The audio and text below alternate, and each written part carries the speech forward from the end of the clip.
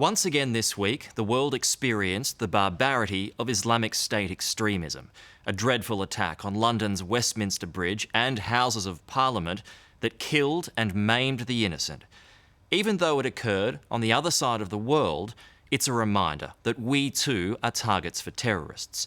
And it raises critical questions about Australia's special humanitarian intake of 12,000 refugees from Syria and Iraq. Reports suggest up to 500 applicants have already been refused entry on security grounds. But just who is being allowed in? And can those who want to do us harm beat Australia's version of extreme vetting? For the first time, the government agreed to lift a curtain of secrecy and showed Liam Bartlett just how the selection process works.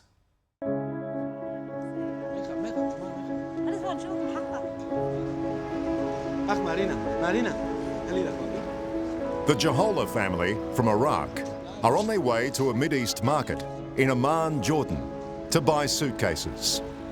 After escaping a terrifying brush with ISIS terrorists, they've been told they can pack their bags for a new life in Australia. They're moving to Melbourne. Okay, Are you going? Yes. Are you getting excited about coming to Australia? Oh, it's wonderful to going to Australia. We have 15 days to arrive to our dreamland. Okay, so we are very, very happy. Dreamland. Yes, it's like a new birth to us. Okay, because we lost everything in Iraq. The war in Iraq and Syria created the worst refugee crisis since World War II and a dilemma for Australia. Do we extend a helping hand or cave in to fears of taking in terrorists? The government chose compassion and decided on a one-off humanitarian intake of 12,000 refugees. Immigration officials agreed to show us how they decide who they let in.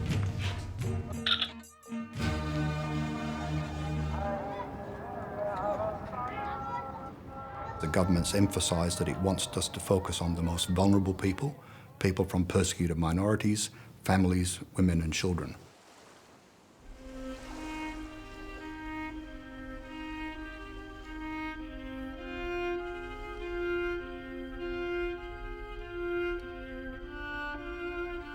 There are 1.5 million refugees to choose from.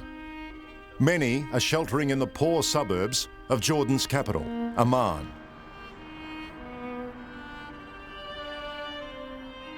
Hello. Hello, Mr. Liam. Good morning. Good morning.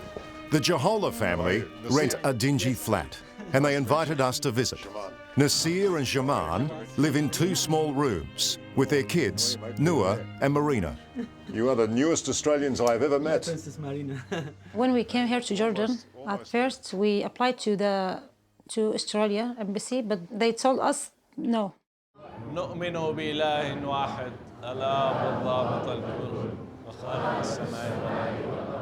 They come from Iraq. Jaman was a computer programmer. Nasir, a successful architect. They are Christians, and now they're at Australia's mercy. A year after being rejected, they were granted another interview. He asked us many questions, and Nasir felt a little nervous in the interview. I told him why I want to go to Australia with my family, and I told him my story.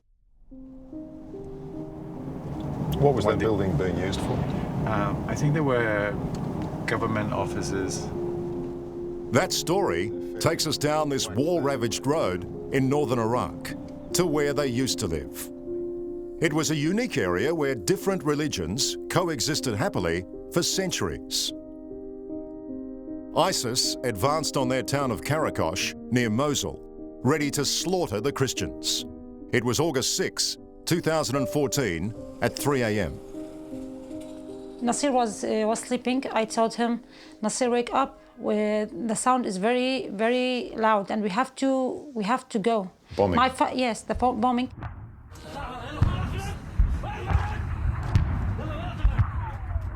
I told to Nasir, no, we have to go. We have to go from Karakosh. We don't have to stay. We didn't take anything. You didn't really have time to pack. We didn't have time to pack anything.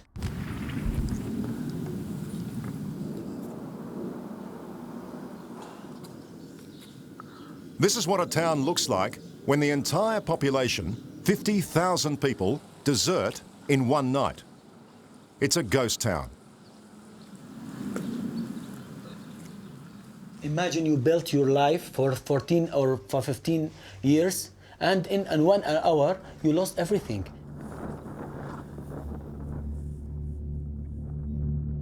Everyone drove out of this ancient town, leaving everything behind. ISIS came in a few hours later, at first targeting all the churches, defacing every Christian symbol. At the first Sacred Heart Church, they set up mannequins for target practice. Then, ISIS squads went from house to house. There was no one left here to kill, so they looted and burned the empty homes. This was Nasir and Jaman's home. You got to remember too, this all happened very fast. Have a look at this. That's how quickly they had to leave. The fridge has still got the eggs in it. This has got to be the main bedroom. What a mess this is. Let's see. The kitchen, you can see the evidence of the looting. I mean, the drawers have been gone through. Anything that's remotely valuable, the ISIS fighters have tried to smash and grab. Bunch of marauding bastards, and all for this.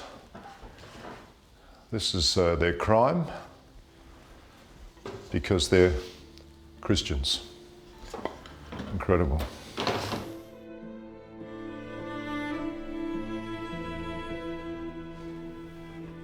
I didn't take my photos with me. Every day I was dreaming in my photos.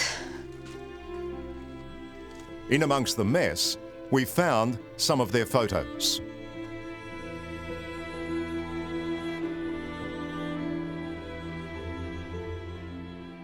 As you can see, the only things that we could find that were still in one piece, we tried to bring back for you, Yes. if it made any difference. So I hope this is okay. This is my father and my mother and my sister. Nasir's mum, Haba, is now 74. This was your husband? Yes, my father, yes. Thank you very, very much, Mr. Liam. I don't know what to say to you. Okay?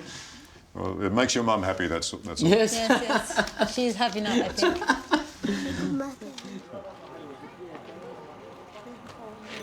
There is no religious test for the immigrants. In this part of the world, Islam is by far the dominant faith. But that is not reflected in who Australia is choosing. The overwhelming majority of the people that are being chosen are Christian. Why is that? It's a substantial majority, and that is because the government has asked us to focus on persecuted minorities. Then we've got the medicals, the John Morehouse, a 40-year immigration veteran based in the Mideast, oversees the selection process. Is the emphasis on Christians designed to weed out extremists? All of our processes are designed to weed out extremists. That's a very diplomatic answer. Well, they are. That's the truth. Once they've fled Iraq or Syria, refugees come here, a massive warehouse in Jordan where people register with the UN's refugee agency, the UNHCR. They're interviewed and assessed, and their irises scanned for future verification.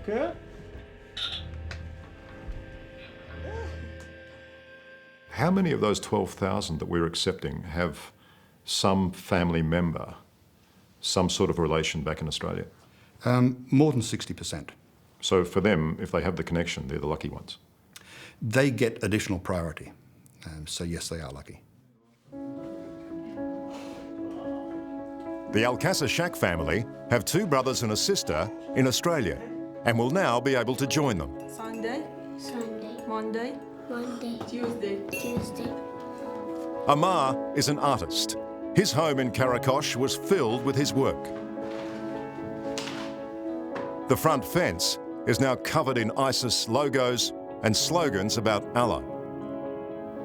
ISIS fighters slept in their bedroom, which particularly upset Hawazin.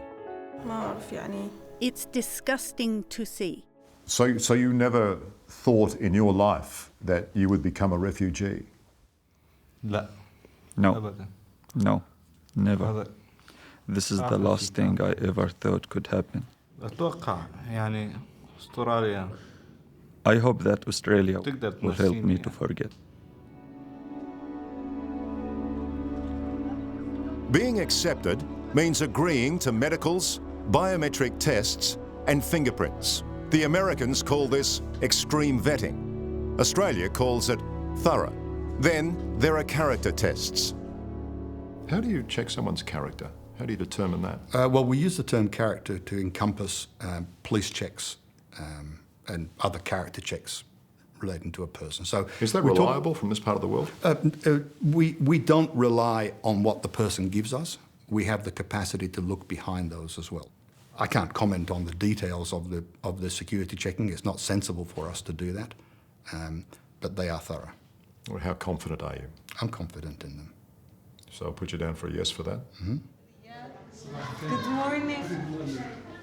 Just before departure, successful applicants go through a 5-day course on life in Australia. It's in a room full of footy photos, flags and boomerangs. They learn about housing, schools and getting a job. This is not a class in how to take a mark, but an exercise in bringing excited new Australians down to earth. So the objective of this activity was to show the applicants the importance of getting a job in Australia. So the balloon represents the job? Yes, it does. It's not easy that you get a job. You need to market yourself, you need to work hard, there's competition, and you also have to be proactive. It doesn't just come to you. You actually have to go out and get the job. After telling their story a second time, Nasir and Shaman finally convinced the Australian interviewer they would be worthwhile citizens of Australia. He told us that that is the last time you are telling your story to the embassy, to any embassy, because we will accept you for Australia. So we felt, and he told me before I left, he told me I will see you in Melbourne, because he lived in Melbourne. I felt very happy at that time. You must have felt as though you'd won a prize or something. Yes, yes. Nasir was very, he was laughing, and me the same. Laughing or crying? No, laughing and crying. I don't know what to say.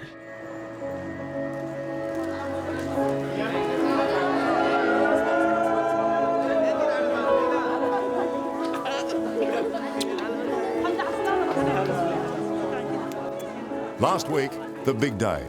The Jahola family and the Al-Qasr family arrived on a flight into Melbourne.